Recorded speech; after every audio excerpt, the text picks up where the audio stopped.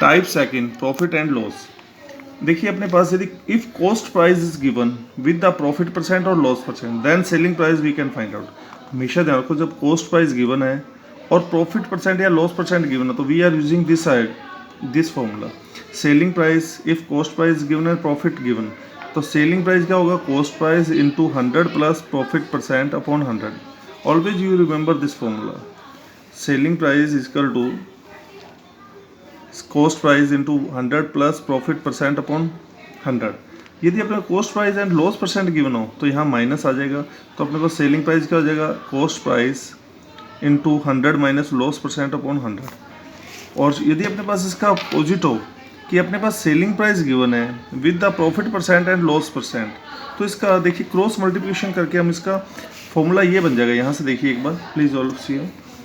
अपने पास था selling price equal to cost price 1 plus profit 100 plus profit percent upon 100।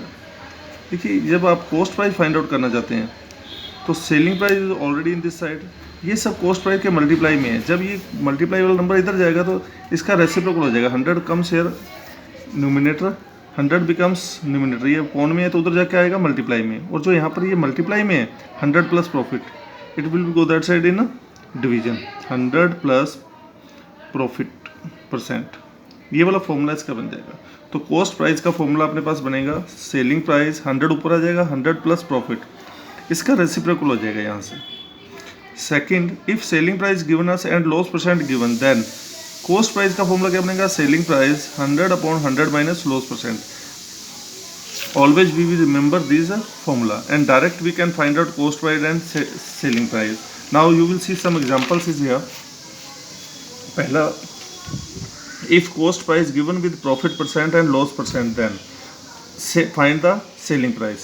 देखिए chair was purchased for rupees 470 and sold at a profit of 10%, find the selling price।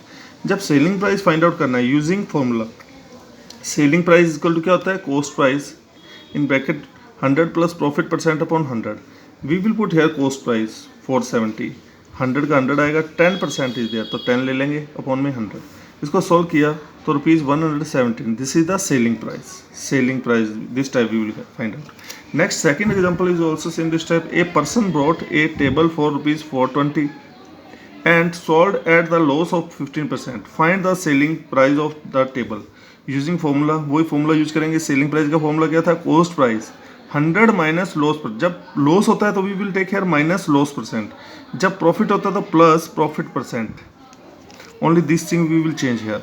तो यहाँ selling price क्या हो जाएगा 420 upon 100 minus 15 upon 100, तो 420 into 100 minus 15 85, solve करेंगे 357।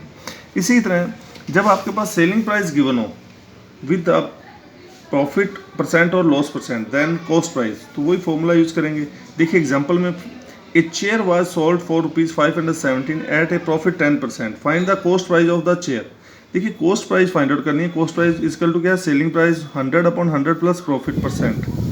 यहाँ पर वैल्यू पुट करेंगे, कॉस्ट प्राइस फाइंड आउट करना है तो सेलिंग प्राइस गिवन अस 517 100 अपॉन 100 प्लस 10, इसको सॉल्व किया 517 100 upon 110 470 rupees.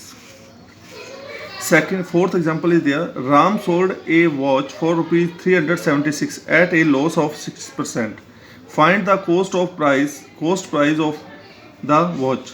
Selling price given है, loss है 6% का, तो cost price find out करना है तो हम वही फॉर्मूला यूज करेंगे।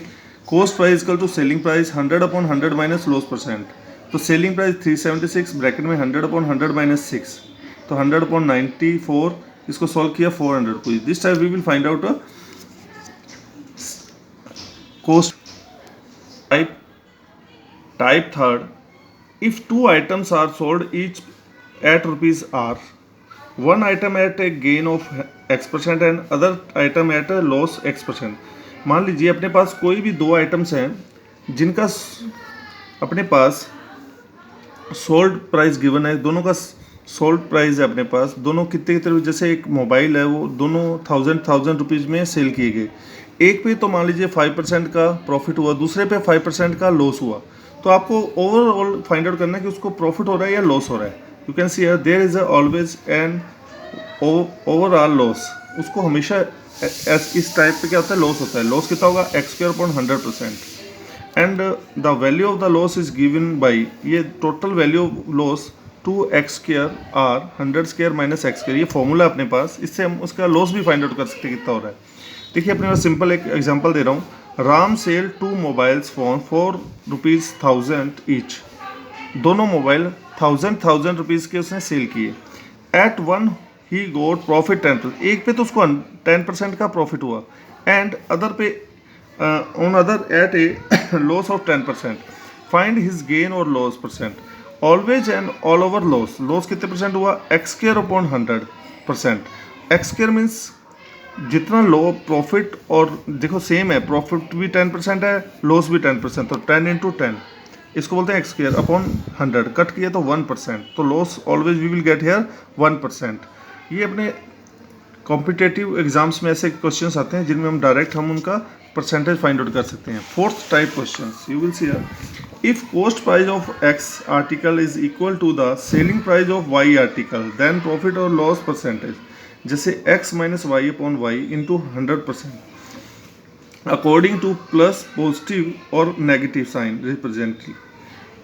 अपने पास यदि अपने पास प्लस का साइन आता है, इसको जब सोल्व करेंगे प्लस का आता है तो मीन्स उसको प्रॉफिट हो रहा है, माइनस का आंसर आता है तो it means he will got a loss. देखिए एग्जांपल है, if the cost price of 15 tables be equal the selling price of 20 tables, find the loss percent.